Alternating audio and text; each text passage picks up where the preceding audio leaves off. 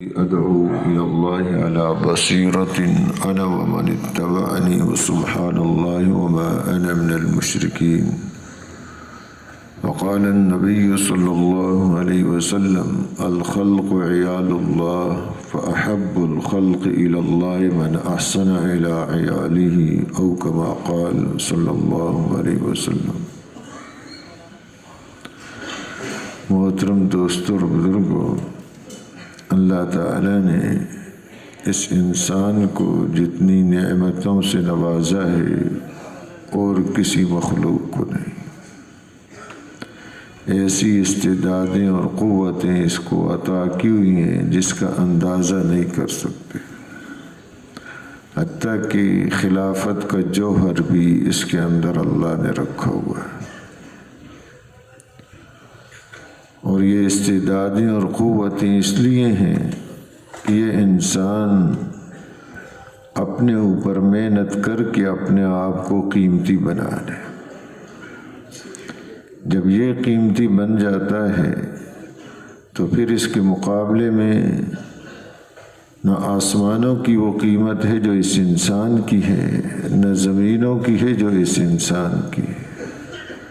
سورج، چاند، ستارے، جو کچھ بھی دنیا کے اندر ہے، سارا سونا چاندی، اس کی معدنیات، ان کی وہ قیمت نہیں ہے جو اس انسان کی قیمت ہے،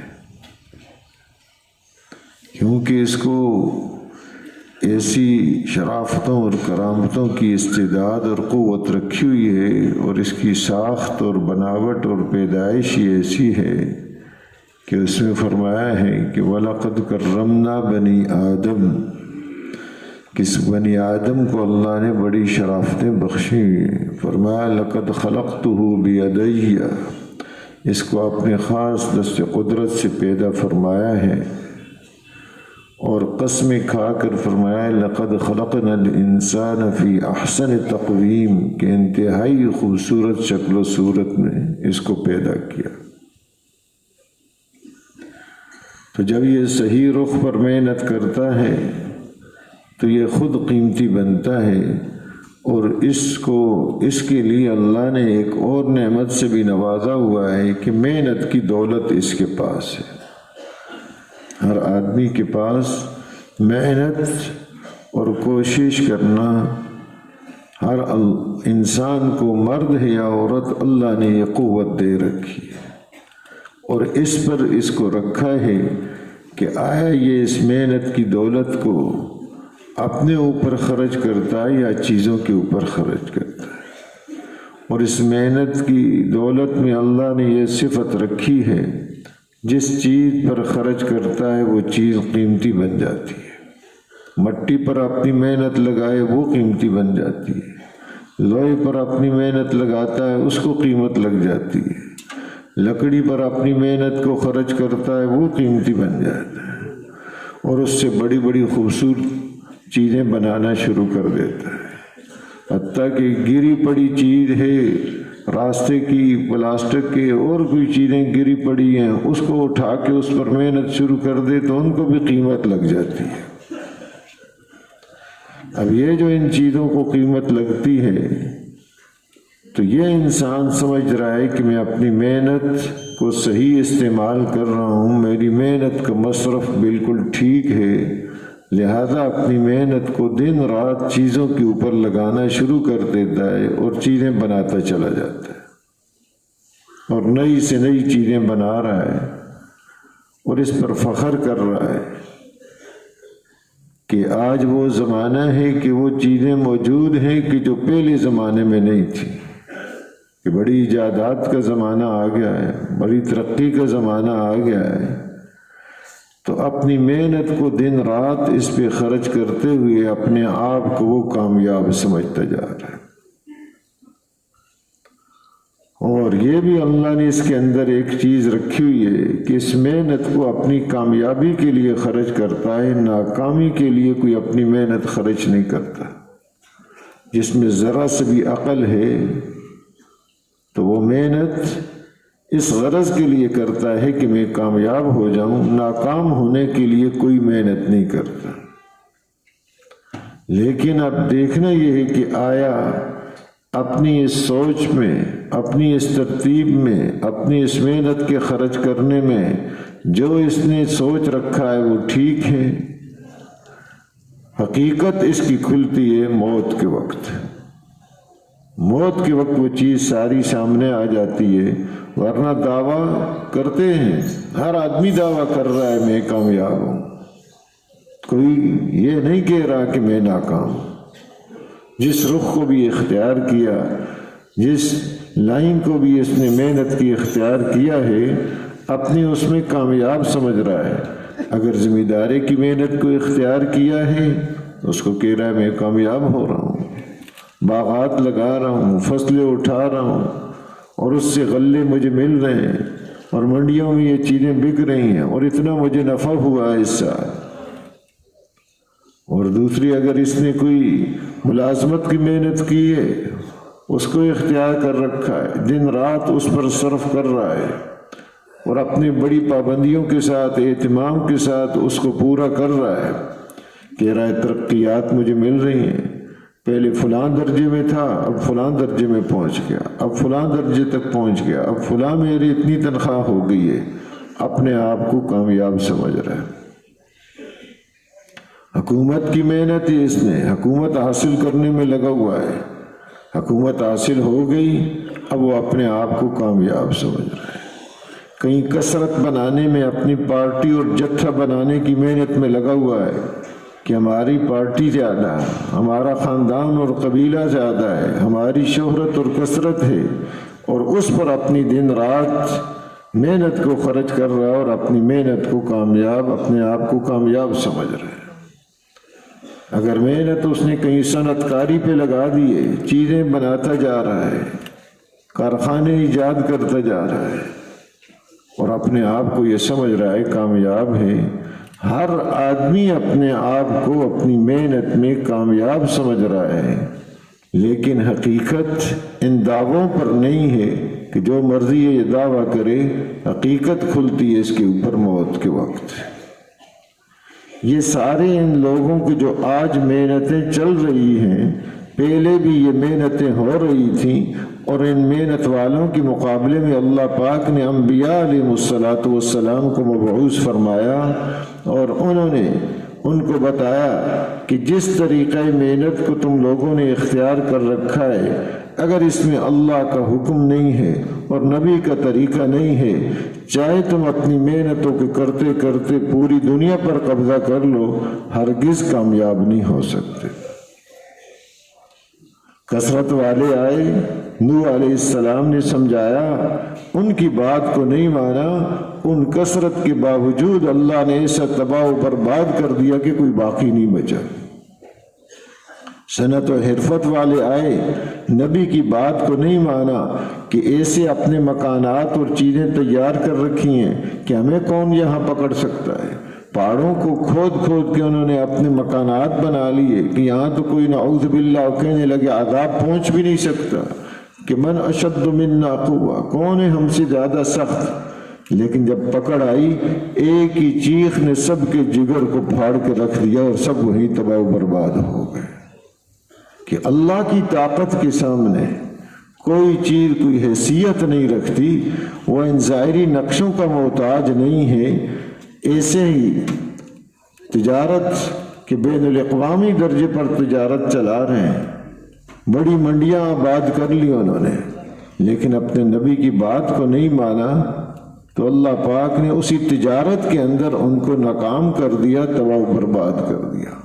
بادشاہت کی لائن اختیار کی ہے، فرعون ہے، نمرود ہے، اور فرعون تو موسیٰ علیہ السلام بار بار سمجھا رہے ہیں، اللہ پاک کی طرف سے تنبیہات بھی آ رہی ہیں اس کو سمجھانے کے لیے۔ اس وقت یہ وعدہ کر لیتا ہے کہ اللہ سے دعا کریں یہ جو عذاب آیا یہ دور ہو جائے تو ایمان لے آئیں گے، لیکن فلما کشفنا عنہم العذاب اذا هم ینکثون، کہ جو ہی اللہ پاک فرماتے ہیں ہم ان سے عذاب کو دور کرتے ہیں، یہ پھر جاتے ہیں۔ آپ نے وعدے سے جو اقرار کیا تھا، اس وقت تو کہتے ہیں موسیٰ علیہ السلام کہ ہمارا دعا کریں اللہ یہ دور کر دیں۔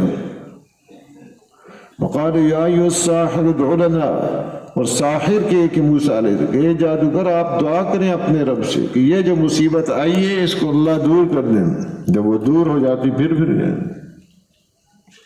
اور اپنی قوم میں دعوے بھی کر رہے ہیں. اور یہ سارے قصے جو اللہ نے بیان کیے ہیں یہ قرآن کوئی قصے کہانیوں کی کتاب نہیں ہے. یہ فلاں قوم کا کیا قصہ ہے پڑھیں معلومات کر لیں، یہ اس کی کتاب نہیں ہے.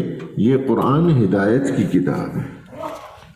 یہ کامیابی اور ناکامی کی قرآن اصول بیان کرتا ہے. کن اصولوں پر اللہ کامیاب کرتے ہیں اور کن اصولوں پر اللہ پاک ناکام کر کے رکھ دیتے ہیں، چاہے دنیا کے سارے نقشوں کے ممالک بن چکے ہوں. اللہ کے ہاں ایک اصول اور ضوابط ہیں، ان ضابطوں پر جو چلتا ہے وہ کامیاب ہے، اور اگر ان ضابطوں پر نہیں ہے تو وہ ناکام ہے، کوئی بھی ہو جائے. لیکن ہر آدمی اپنی خوش فہمی میں خوش ہوتا رہتا ہے، میں بڑا اچھا سمجھدار ہوں اور میرے جیسا ہے کوئی نہیں، جو راستہ میں نے اختیار کیا ہے وہ کامیابی والا ہے. شیخ سعدی رحمۃ اللہ علیہ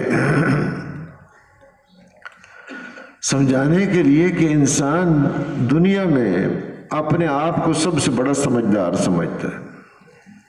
وہ کہتے ہیں فرض کر لو کہ دنیا میں کوئی عقل نہیں ہے، عقل ہے ہی کوئی نہیں، لیکن پھر بھی ہر آدمی دعویٰ کرے گا کہ میرے جیسا سمجھدار کوئی بھی نہیں ہے. اور بھئی دنیا میں عقل ہے ہی کوئی نہیں. ہر آدمی اپنی سمجھ کو کل سمجھ کر اس کے اوپر ساری محنت کر رہا ہے. تو فرعون بھی اپنی قوم کو بے وقوف بنا رکھا ہوا تھا. وما ونادى فرعون في قومه قال يا قوم أليس لي ملك مصر وهذه الأنهار تجري من تحتي أفلا تبصرون أم أنا خير من هذا الذي هو مهين ولا يكاد يبين فلولا ألقي عليه أسورة من ذهب أو جاء معه الملائكة مقترنين فاستخف قومه فأطاعوه إنهم كانوا قوما فاسقين. کہ اپنی قوم میں یہ نعرے لگا رہا ہے، یا قوم، اے میری قوم، الیس لی ملک مصر، کیا یہ میرے لیے ملک مصر نہیں ہے اور یہ نہریں میرے محلات کے نیچے نہیں بہ رہی؟ افلا تبصرون، تم دیکھتے نہیں ہو؟ اب لوگ ہاں جی دیکھ رہے ہیں، آپ کا تو ملک مصر ہے، واہ واہ ہے آپ کی، تو آپ تو کامیاب ہیں. اور نعوذ باللہ موسیٰ علیہ السلام کی شان میں گستاخی کر رہا ہے، کہہ رہا ام انا خیر من هذا الذي هو مہین، کہ معین کا لفظ بولا کہ نعوذ باللہ کہ یہ سے گھٹیا میں بہتر ہوں یا وہ بہتر ہے، یہ دعوے کر رہا ہے. کہتے ہیں سونے کے کنگن تو ہیں کوئی نہیں ان کے پاس، تو سونے کے کنگنوں کو سمجھا ہوا یہ بہتر آدمی وہ ہوتا ہے جس کے پاس سونا ہوگا. یہ دھوکے آج بھی لگے ہوئے ہیں. یہ نہیں کہ اسی کو دھوکہ لگا ہے، یہ دھوکے جو اللہ نے بیان کیے ہیں قرآن میں آج بھی لگے ہوئے ہیں. اور کہہ رہا ہے کہ میرے سامنے تو فوجیں ایسے لائنوں میں اور صف بستہ کھڑی ہوتی ہیں، تو موسیٰ علیہ السلام کے سامنے کوئی فرشتے نہیں آتے جو صف لگا کے کھڑے ہوں. تو یہ دھوکہ اس کو بھی لگا ہوا ہے، آج بھی لگا ہوا ہے.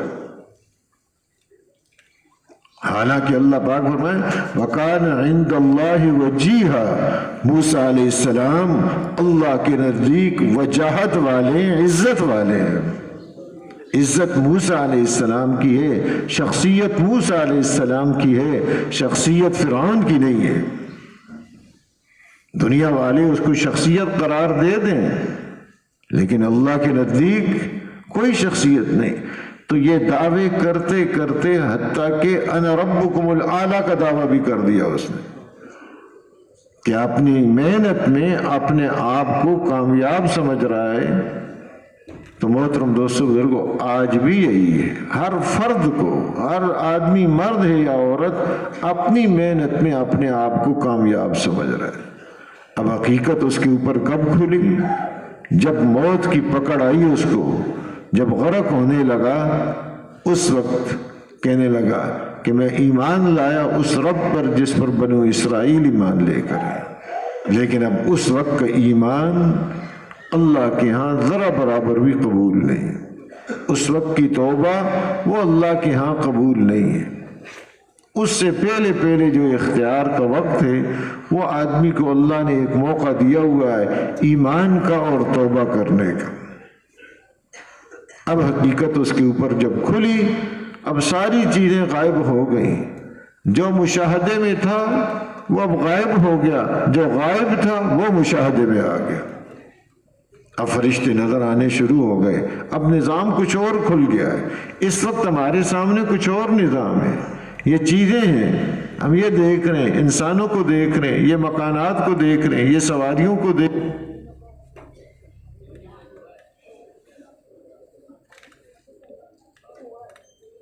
تو ان چیزوں کو دیکھ کر، ان چیزوں سے متاثر ہو کر اپنی محنت اور اپنی استعدادیں اور اپنی ساری صلاحیتیں اس کے اوپر خرچ کر رہے ہیں، لیکن جب یہ سارا نظام بدل جاتا ہے، جو دیکھ رہا تھا وہ ختم ہو گیا۔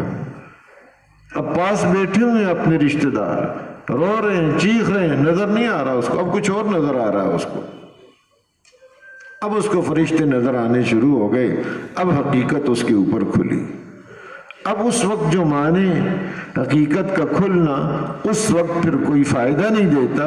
اس وقت کے آنے سے پہلے پہلے آدمی کے اوپر حقیقت کھل جائے کہ محنت کا رخ ایسے کر لے۔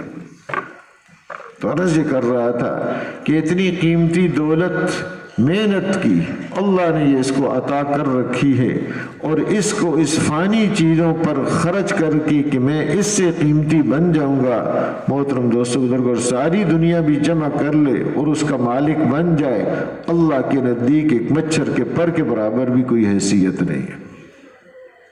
تو بے حیثیت اور بے قیمت پر اپنی استعدادیں خرچ کر کے یہ قیمتی نہیں بنتا، بلکہ بے قیمت بن جاتا ہے۔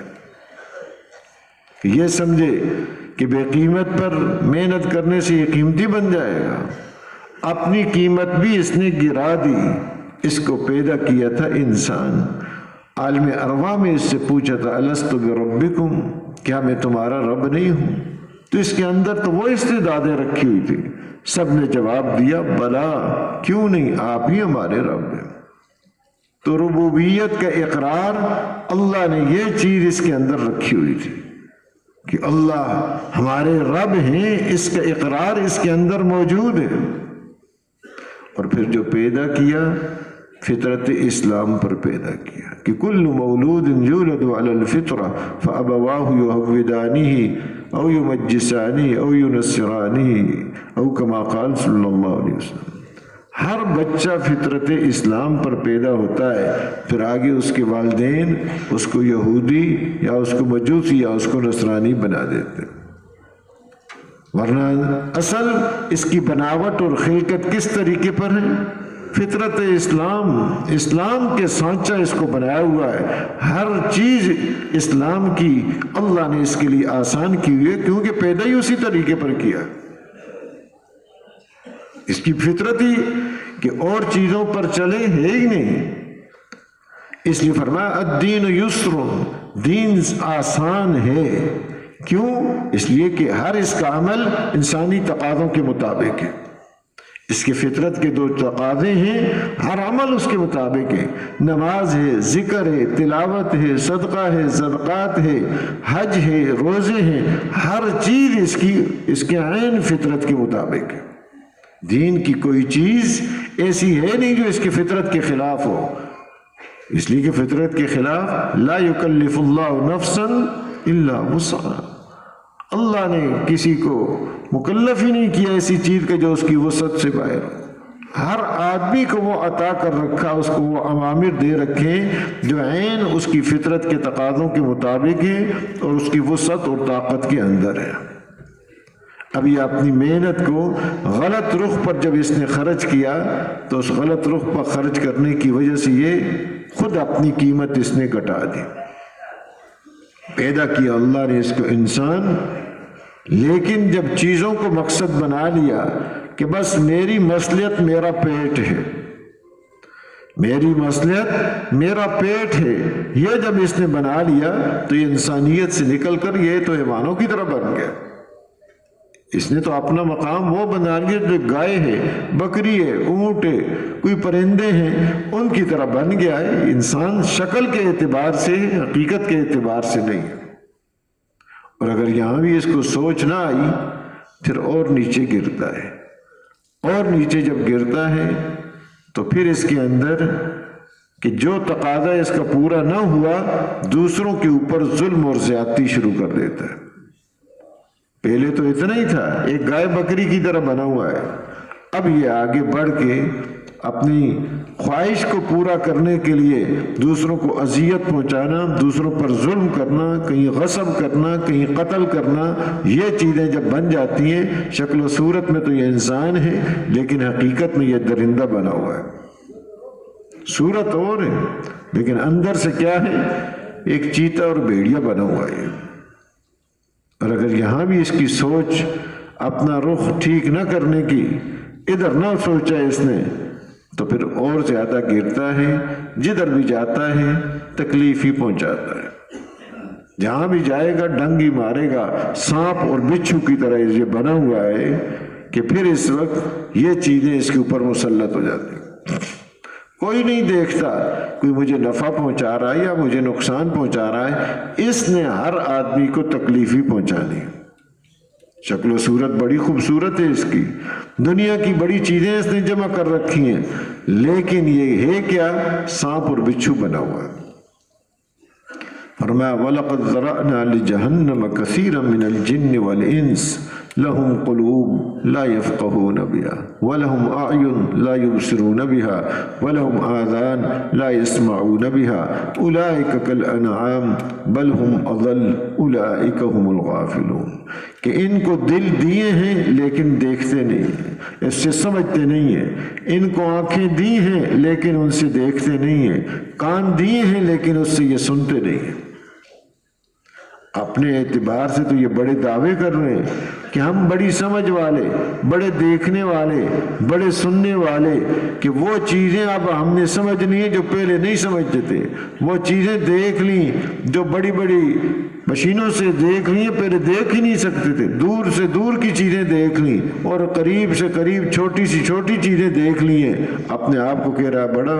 اور آج تو ہم ایسے سننے والے ہیں کہ سمندر پار بات کو یہاں بیٹھے ہوئے سن لیتے ہیں۔ اللہ پاک فرما رہے ہیں نہ سمجھتا ہے، نہ دیکھتا ہے، نہ سنتا ہے، چاہیے اپنے دعوے کرتا رہے کہ میں تو بڑا سمجھدار ہو گیا ہوں، میں تو سن رہا ہوں اور سب کچھ دیکھ رہا ہوں۔ اللہ فرما رہے ہیں نہ سمجھ رہے ہیں، نہ دیکھ رہے ہیں، نہ سن رہے ہیں۔ اولئک کالانعام بل ہم اضل اولئک هم الغافلون کہ یہ تو چوپایوں کی طرح ہیں بلکہ ان سے بھی گئے گزرے ہیں اور یہی غفلت کے اندر۔ اللہ کے ہاں ان کا مقام حیوانوں سے بھی بدتر ہے۔ حیوان، موذی حیوان بھی وہ اپنی جنس کو نہیں مارتا، انسان اپنی جنس کو مارتا ہے۔ شیر شیر کو نہیں مارے گا، انسان انسان کو ہی مارتا ہے، کہ حیوانوں سے بھی یہ بدتر ہو جاتا ہے۔ کیا ہوا؟ اس کی محنت کا رخ غلط ہوا، اور محنت کا رخ غلط ہوتے ہوتے انسانیت سے ہی نکل گیا۔ جو استعدادیں اور قوتیں اللہ نے دی تھی اس سے یہ باہر ہو گیا ہے۔ انبیاء علیہ السلام تشریف لاتے ہیں، وہ انسان کو اس کی محنت کا رخ، کہ کس رخ پر اس نے محنت کرنی ہے، اس محنت میں یہ تاثیر تو اللہ نے رکھی ہے، جس چیز پر یہ محنت کرے وہ چیز قیمتی ہو جاتی ہے۔ اس نے یہ سمجھا ہے کہ میری محنت کا مصرف یہ دنیا کی فانی چیزیں ہیں، ان کو قیمتی بنانے میں لگا، اپنی قیمت بھی ختم کر دی۔ اگر یہ محنت اپنے اوپر کرے تو یہ انسان پھر قیمتی بنتا ہے، اور یہ دولت اسی لیے دی تھی کہ اس محنت کی دولت کو اپنے اوپر خرچ کرے۔ اپنے اوپر جب خرچ کرتا ہے پھر اس کی اللہ کے ہاں ایسی قیمت لگتی ہے کہ جس کا اندازہ نہیں کر سکتا۔